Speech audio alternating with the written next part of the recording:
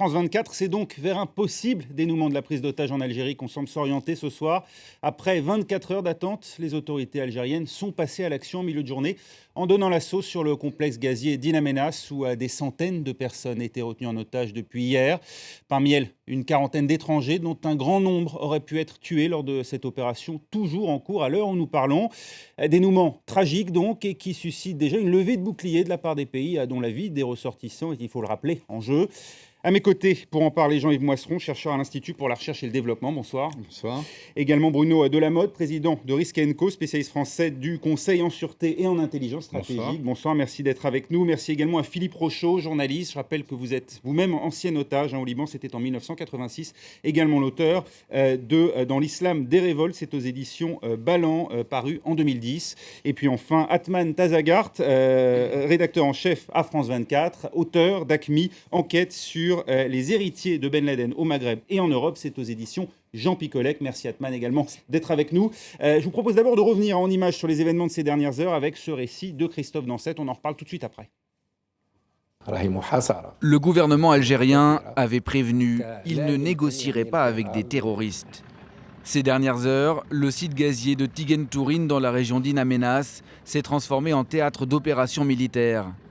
Les forces spéciales algériennes ont ouvert le feu, une information confirmée par Londres puis par Paris et qui suscite l'inquiétude en France du président de la République. Et elle semble se dénouer dans des conditions dramatiques. Les autorités algériennes m'informent régulièrement de la situation. La situation sur place est extrêmement confuse. Les ravisseurs, cités par une agence de presse mauritanienne, affirment que le bilan est lourd de leur côté et côté otages. D'autres agences évoquent la libération de plusieurs étrangers. Le gouvernement britannique affirme regretter ne pas avoir été prévenu par l'assaut de l'Algérie. Les États-Unis redoutent le pire. Nous sommes très préoccupés par toute perte de vie innocente. Mercredi, les djihadistes affirmaient détenir plus de 40 étrangers, notamment des Américains, des Britanniques, des Norvégiens, des Japonais ou encore des Français. Dans la soirée, nous étions parvenus à joindre l'un d'entre eux par téléphone. Ils ont attaqué les deux sites en même temps, ils sont rentrés à l'intérieur et une fois qu'il a fait jour, ils ont rassemblé tout le monde. La prise d'otage porte la signature de l'Algérien Mokhtar Belmokhtar, longtemps l'un des chefs historiques d'ACMI dans la région. Alors on a du mal à comprendre exactement ce qui se passe au terminal gazier d'In Amenas. Est-ce que l'un de vous sait ce qui est en train de se passer ce soir ?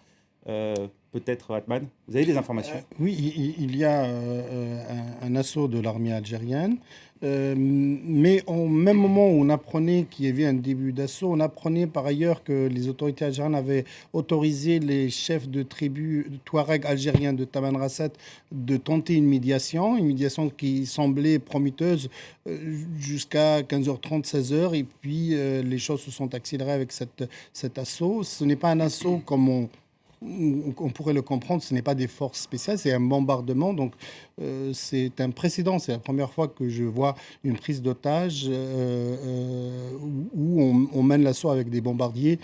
C'est une méthode un peu bizarre, mais il est vrai que la négociation n'est pas dans la culture de l'armée algérienne et des services algériens. Et elle n'est pas dans la culture aussi de ces groupes-là. Si vous vous souvenez, le preneur d'otages qu'on avait eu hier sur France 24 au téléphone, qui disait qu'ils avaient prêté serment de mort à leur émir avant l'opération, c'est-à-dire qu'ils voulaient mourir pendant cette opération et qu'ils avaient des ceintures d'explosifs, donc ils étaient prêts à mourir en martyrs.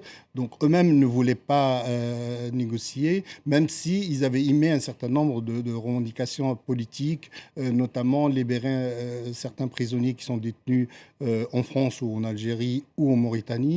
Et cette revendication bizarre d'arrêter les opérations françaises au Mali, même s'ils savent, ils ne se font pas d'illusions, ils savent que c'est une revendication qui ne peut pas être satisfaite. Qu'est-ce qui a pu pousser, d'après vous, Jean-Yves Moisseron, l'armée algérienne à donner l'assaut aujourd'hui ? Alors ça, c'est difficile à comprendre. Je crois que le problème essentiel, c'est qu'effectivement, il n'y a pas d'abord de cette culture de la négociation, ou en tout cas l'usage de la force. Je crois aussi qu'il faut constater que cette prise de ce central gazier est peut-être, un camouflet à l'armée algérienne qui aurait peut-être dû être là. Ce sont des zones quand même sécurisées. Et donc, il y a peut-être une volonté de réagir face à ce camouflet de façon assez rapide.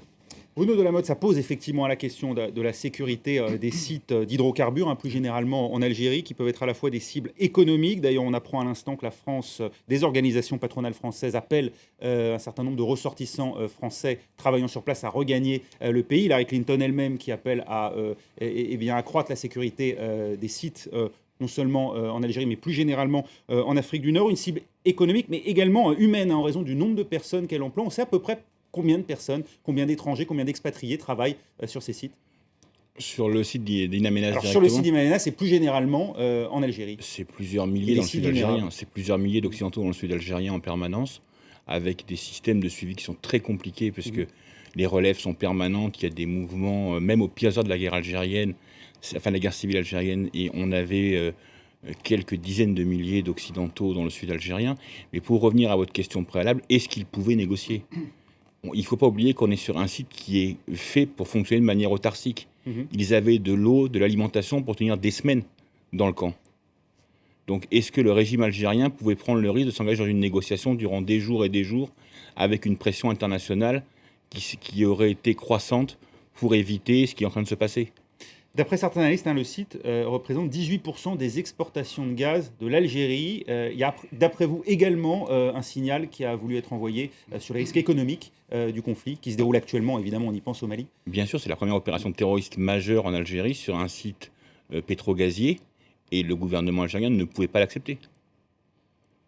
Philippe Rochaud, d'après vous, comment on peut expliquer cette démarche ? On reviendra évidemment sur le commando qui a perpétré cette attaque, mais plus généralement, quel est le signal qui a été envoyé ? Écoutez, moi je ne suis pas surpris par l'action de l'armée algérienne parce que les Algériens n'ont jamais voulu négocier la libération de terroristes dans les prisons.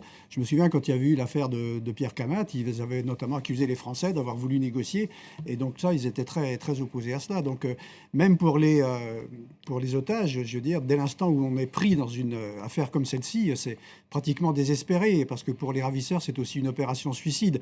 Ils ont mis la barre trop haut en demandant la libération de 100 prisonniers des prisons algériennes et mauritaniennes. Donc ils savaient très bien en fait qu'ils n'avaient pas envie de négocier et donc c'était une opération suicide qui devait se terminer comme ça. On n'avait pas vu ça pratiquement depuis une dizaine d'années et qu'on s'en souvient, la prise d'otage du théâtre de Moscou par des rebelles tchétchènes à l'époque. D'ailleurs, après, on avait vu, même si effectivement la violence s'était poursuivie, mais enfin moins d'attaques de ce type, vous pensez que ça aura des conséquences, cette réaction de l'armée algérienne ? Les conséquences, ce sera évidemment que c'est un peu une leçon à la fois pour tout le monde, à la fois pour la communauté internationale, que les Algériens ne négocient pas. Ce sera aussi une leçon pour les terroristes que peut-être ils peuvent réfléchir une deuxième fois avant de lancer ce genre d'opération.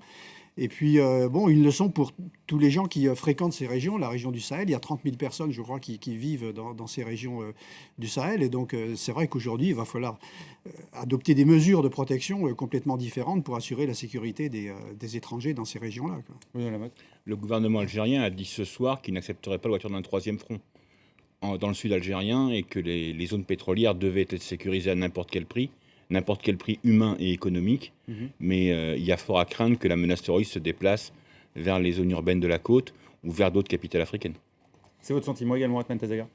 Oui, le gouvernement algérien essaye d'éviter à tout prix l'ouverture de ce front-là, mais je crois qu'on est face à un régime quand même qui est très délabré, très vieillissant, qui est coupé de la réalité, parce qu'au lendemain du début des opérations au Mali, le gouvernement algérien avait dit « nous avons fermé la frontière » et c'était à mourir de rire parce que la frontière n'existe pas, c'est plus de 1000 km de désert, comment voulez-vous fermer un désert ?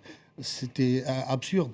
Donc ceux qui connaissent la région se sont tout de suite rendus compte qu'il y avait comme une fuite en avant dans la position algérienne qui ne voulait pas participer et qui voulait pas prendre conscience des répercussions que ça pouvait avoir sur le sol algérien même, vu que ces groupes allaient sans aucun doute en quelques semaines être chassés du Nord-Mali. Donc ils vont se réfugier en Algérie, dans le sud de la Libye et en Mauritanie. Il y avait comme un déni de la réalité. Je crois que là, c'est vraiment un réveil les services et l'armée algérienne. Et c'est un précédent parce que même durant la guerre civile, il n'y a jamais eu d'attaque contre les sites pétroliers ou gaziers. Donc c'est un verrou qui vient de tomber, c'est comme un tabou qui vient de tomber. Il est clair que la façon de laquelle l'opération s'est déroulée prouve que pendant des mois, ils se sont entraînés à ça parce que c'est le mode opératoire habituel de ces groupes-là, c'est-à-dire plusieurs attaques simultanées, des vidéos enregistrées au préalable, des communiqués qui étaient préparés. Donc, c'est pas en un mois et demi depuis la création du groupe de Belmokhtar qu'il a pu mettre en place une opération comme celle-là. Alors, ça pose justement la question du lien avec l'intervention française au Mali. L'ancien ministre français de la Défense, Gérard Longuet, estime qu'il n'y a pas de lien possible parce qu'une telle opération, effectivement, demande de la préparation et donc elle est forcément antérieure, sa planification est forcément antérieure au déclenchement de l'intervention française, Jean-Yves Moisson. Alors, ce qui est probable, c'est que cette opération avait été effectivement pensée, peut-être planifiée, organisée avant. Mais en même temps, il y a longtemps, si je puis dire, qu'on annonce qu'il y aurait une intervention. Donc, en annonçant à l'avance qu'il y aurait une intervention, évidemment qu'il y avait des plans B de ce type-là qui étaient en préparation. Et donc, ça pose la question de la préparation de cette intervention. Alors, on a bien compris qu'elle s'est faite dans l'urgence. Mais vous parlez de l'intervention française. Je parle de l'intervention française au Mali. Ouais. Mais ce qu'il faut mettre maintenant de toute urgence en place, c'est précisément prendre toutes les dispositions qui vont éviter tous les effets, les contre-coups de cette intervention, tout comme il y a eu des contre-coups de l'intervention en Libye. Le deuxième point, il est très clair maintenant que la situation au Mali, mais aussi la situation sécuritaire dans l'ensemble du Sahel, ne pourra être résolue que par un dialogue et une coopération de l'ensemble des acteurs impliqués. Et donc, on voit bien que la position de l'Algérie, qui était d'être en retrait, finalement n'est plus tenable et que tous les acteurs doivent se concerter, s'organiser, non seulement pour les questions sécuritaires à court terme, mais aussi pour la résolution des problèmes politiques à long terme et la façon dont on va reconstruire cette zone. Alors on va revenir dans la deuxième partie du débat tout à l'heure sur la position de l'Algérie vis-à-vis de cette intervention française au Mali, mais plus précisément dans le cadre de ce commando Philippe Rochon qui a perpétré cette attaque, la Katiba de Moutahamine, les signataires par le sang dans le texte, eux-mêmes expliquent avoir voulu à la fois punir l'Algérie pour avoir ouvert son ciel aux forces françaises, également exiger l'arrêt immédiat de cette intervention française au Mali. C'est du pain béni, l'intervention française au Mali pour ces groupes djihadistes. Disons, les groupes djihadistes avaient quand même l'intention de poursuivre une escalade. Donc, dès l'instant où l'armée française intervenait, ça leur donnait des arguments pour dire, vous voyez, on nous attaque, donc nous ripostons, puisqu'ils se placent toujours dans la position où ils ripostent. Donc, cette attaque sur le terminal gazier faisait partie de cette stratégie. Maintenant, ce qu'il faut savoir, c'est les liens qu'il y aurait entre ces diverses organisations. Bon, au début, on nous a dit que les preneurs d'otages venaient du Mali, ensuite qu'ils étaient beaucoup plus stationnés dans la région. Donc, quel lien y a-t-il entre Abou Zeid et entre Mokhtar Belmokhtar? Ça, c'est très difficile à dire. Il y a certainement une coordination entre eux, n'est-ce pas? Justement, Mokhtar Belmokhtar, cet homme qui est devenu ces dernières années l'un des maîtres du djihad au Sahel, qui est-il? Je vous propose de voir son portrait par Marie Normand. Les images de Mokhtar Belmokhtar sont rares. L'Algérien n'a que 19 ans lorsqu'il part combattre les soldats russes en Afghanistan. C'est là qu'il perd un œil et depuis, on l'appelle le borgne. Retour en Algérie en 93 où il devient l'un des responsables militaires du GIA. Les plus radicaux d'entre eux formeront le groupe salafiste pour la prédication et le combat, rallié à Al-Qaïda en 2007. Mokhtar Belmokhtar s'enrichit dans différents trafics, mais surtout grâce à un business très juteux, l'enlèvement d'occidentaux et leur rançon. 6 groupes de touristes européens, par exemple, en 2003. Il serait aussi à l'origine de la prise d'otage de 2 jeunes Français au Niger en 2011, tués lors de l'opération française pour les sauver. Mais l'Algérien entre en conflit avec Abou Zeid, le chef d'une autre Katiba. Les 2 hommes se disputent notamment le contrôle du trafic de drogue au Sahel. À la fin de l'année dernière, Mokhtar Belmokhtar annonce sa rupture avec AQMI et la création du groupe Les Signataires du Sang. J'annonce à la communauté musulmane une bonne nouvelle. C'est le début de la guerre sainte de l'islam et des moudjahidines contre les mécréants et leurs alliés. Grâce à Dieu, nous allons faire entendre notre message par le biais des armes que nous portons. Selon nos informations, Mokhtar Belmokhtar se trouverait encore dans le nord du Mali. Cette prise d'otage spectaculaire lui permet de reprendre du poids dans la sphère islamiste.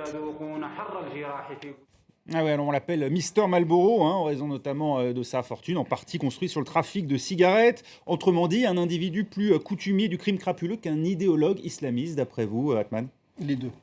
Parce que depuis les années 90, les JA puis le GSPC se nourrissaient de ce trafic de cigarettes, trafic de drogue et immigration clandestine.